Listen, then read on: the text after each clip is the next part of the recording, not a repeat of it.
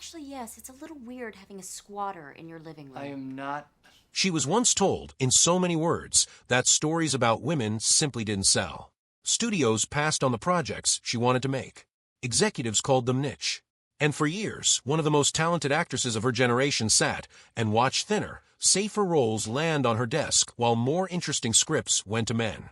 Then she stopped waiting for permission and started building the industry she wished existed. Today, that decision has reshaped how Hollywood thinks about who gets to tell stories and who gets to profit from them. To understand how unlikely that outcome once seemed, you have to go back to where it all started. Laura Jean Reese Witherspoon was born in New Orleans in the spring of 1976 and spent most of her childhood in Nashville, Tennessee. Her father worked as a surgeon, and her mother held a doctorate in nursing, and the household she grew up in prized discipline, achievement, and self-reliance. Friends and colleagues who knew her early on often described the same thing: a kid who seemed unusually sure of herself, who spoke like she already had a plan. That certainly showed up on screen almost immediately. She made her film debut as a young teenager in the early 1990s, and even then, critics noticed something different about her. She didn't perform like a child actor trying to be liked. She performed like someone who understood the craft. It wasn't flash. It was control. Through the rest of that decade, she built a career the old-fashioned way, one interesting role at a time. She played complicated, sometimes unlikable characters when plenty of young actresses were chasing likability instead. By the end of the 1990s, she had already proven she could do more than charm a camera. She could carry a film. Then came the movie that changed everything, for better and for worse. In 2001, she stepped into a pair of pink heels and played a sorority girl who gets dismissed by everyone around her, only to prove she's sharper than the people underestimating her. The film became a sensation. It made real money on a modest budget, spawned a sequel, and turned its lead character into a cultural touchstone that still gets referenced today. It also did something the industry rarely admits out loud: it trapped her. Overnight, casting directors and studio executives stopped seeing an actress with range and started seeing a type. Bright, blonde, charming, not to be taken too seriously. The irony is almost too neat. The character she played spent the entire film fighting to be seen as more than a stereotype, and then the same thing happened to the woman who played her. Success narrowed her opportunities instead of expanding them. She pushed back the only way an actress can, by proving it again louder. A few years later, she took on the role of a country music legend's wife, spent months training her voice so she could sing every note herself, and delivered a performance so committed that it swept award season. She walked away with the industry's highest acting honor before she'd even turned 30. You would think that settles it. An Oscar on the shelf, box office pull, a reputation as one of the most bankable actresses alive. Surely the good scripts start showing up after that. They didn't, not the way they should have. This is the part of her story that's genuinely hard to believe once you look closely at it. Here was a woman who had already proven, repeatedly, that she could carry a comedy, anchor a drama, and win the industry's top prize. And still, the offers that landed in her inbox kept getting thinner. The girlfriend, the supportive wife, the role that existed mostly to react to a male lead story instead of driving her own. It wasn't personal, and that's exactly what made it so frustrating. It was structural. Hollywood has a long, well-documented habit of narrowing opportunities for actresses as they move past their early 30s, while men in the same industry keep landing lead roles well into their 50s and 60s. She wasn't imagining the pattern. The numbers backed her up. Women were consistently underrepresented in speaking roles, and even fewer films were built around a woman's perspective at the center. Most people in her position would have taken the paycheck, stayed frustrated in private, and kept working within a broken system. She chose something harder. She decided that if nobody was going to hand her better stories, she would go build the machine that made them herself. She later put it in one blunt sentence that says everything about the years that followed. Nobody was coming to save her, so she'd have to do it herself. The turning point wasn't a single dramatic moment. It was a repeated, quiet frustration. She kept searching for scripts with real, complicated women at the center, and kept hearing some version of the same excuse. Those stories don't perform, audiences don't want them, it's too risky. She didn't believe it, and the math was on her side. Women made up more than half of moviegoers and controlled the majority of household spending in the country. The audience wasn't missing. What was missing were people in positions of power who actually understood that audience and were willing to bet on it. The industry's decision-makers were overwhelmingly male, and too many of them mistook their own blind spots for a lack of demand. So in 2012, she co-founded a production company with producer Bruna Papandrea, built specifically to disprove the idea that women-centered stories couldn't make money. Rather than start from scratch with original scripts, she zeroed in on something the industry had been sleeping on: novels. Strong, emotionally rich books about women were being published constantly, often with built-in readerships and proven storytelling, and yet studios routinely passed them over. That gap became her opening. She could option the rights early, before anyone else recognized the value, and the source material did a lot of the creative heavy lifting. The strategy worked almost immediately.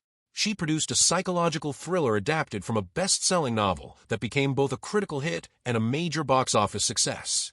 The same year, she brought a best-selling memoir to the screen and earned another Oscar nomination for playing its lead. Two very different films, both built around women, both adapted from books, both proving loudly that the old excuse didn't hold up. By 2016, she'd expanded the idea into something bigger, a media company built entirely around telling women's stories, both in front of the camera and behind it. It launched with a major media partner and later drew backing from one of philanthropy's most influential figures, which meant serious money was now behind an idea the industry had dismissed for years. What turned that company into a genuine powerhouse, though, wasn't a single film or show. It was a monthly book pick. On paper, it looked like a low-key hobby, a well-read actress recommending a novel to her audience once a month. In practice, it became one of the most powerful forces in modern publishing. A recommendation from her could send a debut novel racing up bestseller lists within days. Publishers started shaping release strategies around the possibility of a pick. Authors understood exactly what that little sticker on a book cover could do for their careers. But the real genius wasn't the book club by itself, it was what she was doing behind it. In many cases, her company was already quietly securing the screen rights to these novels before or around the time she featured them. That meant she'd built something closer to a pipeline than a hobby. Spot a strong story centered on a woman, help turn it into a bestseller through the book club, and then bring that same story to television or film through her production company. What looked like a casual reading recommendation was often step one of a much larger plan. That pipeline produced some of the most talked-about television of the era, an ensemble drama about a group of complicated women that became an awards juggernaut, a prestige series about the inner workings of a morning news show that helped launch a major streaming platform, and an adaptation of a best-selling novel about race, class, and motherhood. Different platforms, different genres, same underlying pattern. Acclaim, audience, and box office numbers that made the industry's old excuse look increasingly absurd. By 2021, the company had grown well past scripted television. It had expanded into podcasts, newsletters, a digital brand aimed at young women, and a growing slate of children's programming. What started as a response to industry rejection had become one of the most valuable independent content companies in the business. That's when the company officially went up for sale, and the response was immediate. Streaming giants and private equity firms both circled. Reports at the time suggested the eventual price tag could climb as high as $1 billion. When the deal was finally announced in August of that year, a newly formed media venture, led by two former top entertainment executives and backed by one of the largest private equity firms in the world, acquired a majority stake in her company. The valuation landed at roughly $900 million, making it one of the largest deals in entertainment history built around a company founded and led by a woman. What mattered just as much as the number was what happened afterward. She didn't cash out and disappear. She and her longtime business partner kept significant ownership, stayed on to run the company day-to-day, and took seats on the board of the new parent organization. Reports suggested she retained close to a fifth of the business, a stake that kept her directly tied to whatever came next. Consider the timeline. In 2012, she started a production company essentially out of frustration because the roles coming her way had stopped matching her talent. 9 years later, that same frustration had become a company valued at nearly $1 billion, with her sitting on the board of a private equity-backed media giant. It's the kind of arc that sounds exaggerated in a highlight reel, except it actually happened. There's an important distinction buried in that story, too. Acting had made her famous and financially comfortable, but it never gave her control. Her income and opportunities were always subject to what studios and casting directors decided to offer. Ownership changed that equation entirely. It gave her equity in something that could keep growing whether or not she was in front of the camera that year.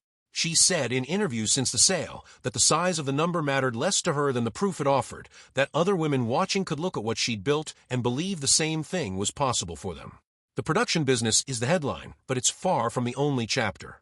In 2015, she launched a lifestyle and clothing brand rooted in her Southern upbringing, named after her grandparents.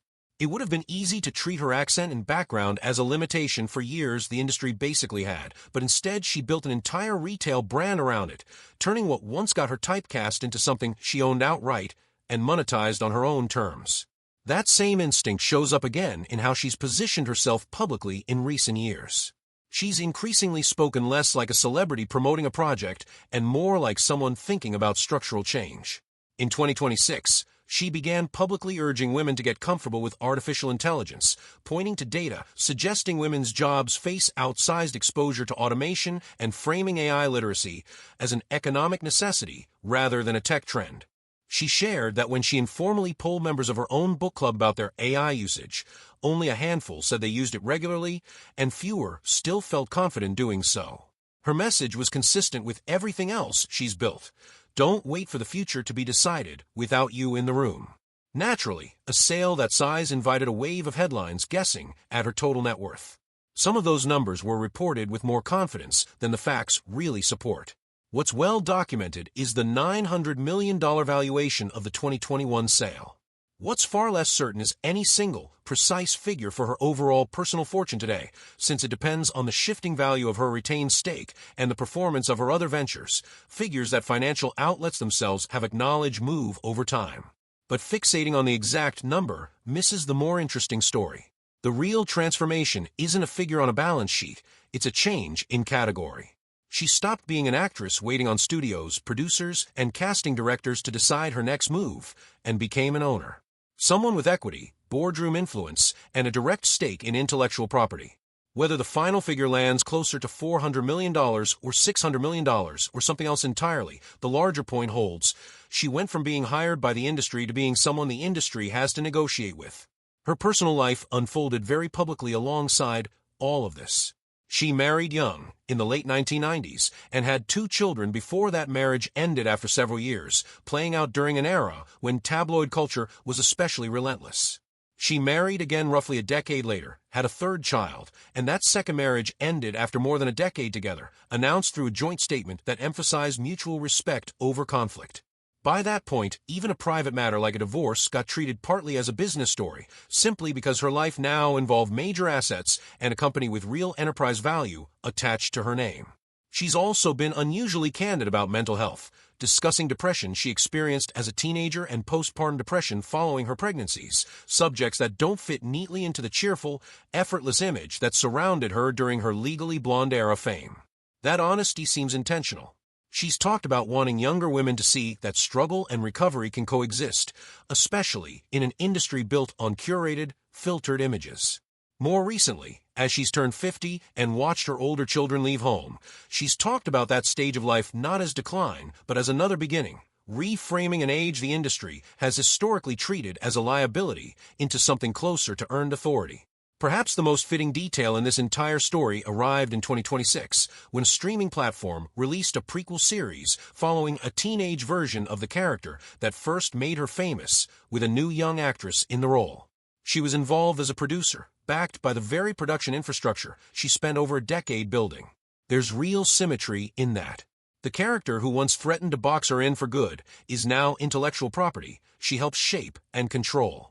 There's also continued talk of a 3rd film in that same franchise, with her attached not just to star, but to produce, meaning any decision about revisiting that role now runs through her, not around her. Meanwhile, her earlier films keep finding new audiences on streaming platforms, regularly climbing viewership charts more than 2 decades after their release. It's a quiet kind of vindication. Work once waved off as lightweight romantic comedy has simply refused to go away, proving that her connection with audiences was always stronger than the industry's early assumptions gave her credit for. That, more than any single deal or dollar figure, is the through line of her career. She kept getting placed inside a narrow frame, the type, the accent, the age, the genre, and kept refusing to stay inside it. Instead of accepting the industry's limits, she built the leverage to redraw them herself. By the time the story circled back to the role that started it all, she wasn't just a face in front of the camera anymore. She was the one deciding what the story got to be next.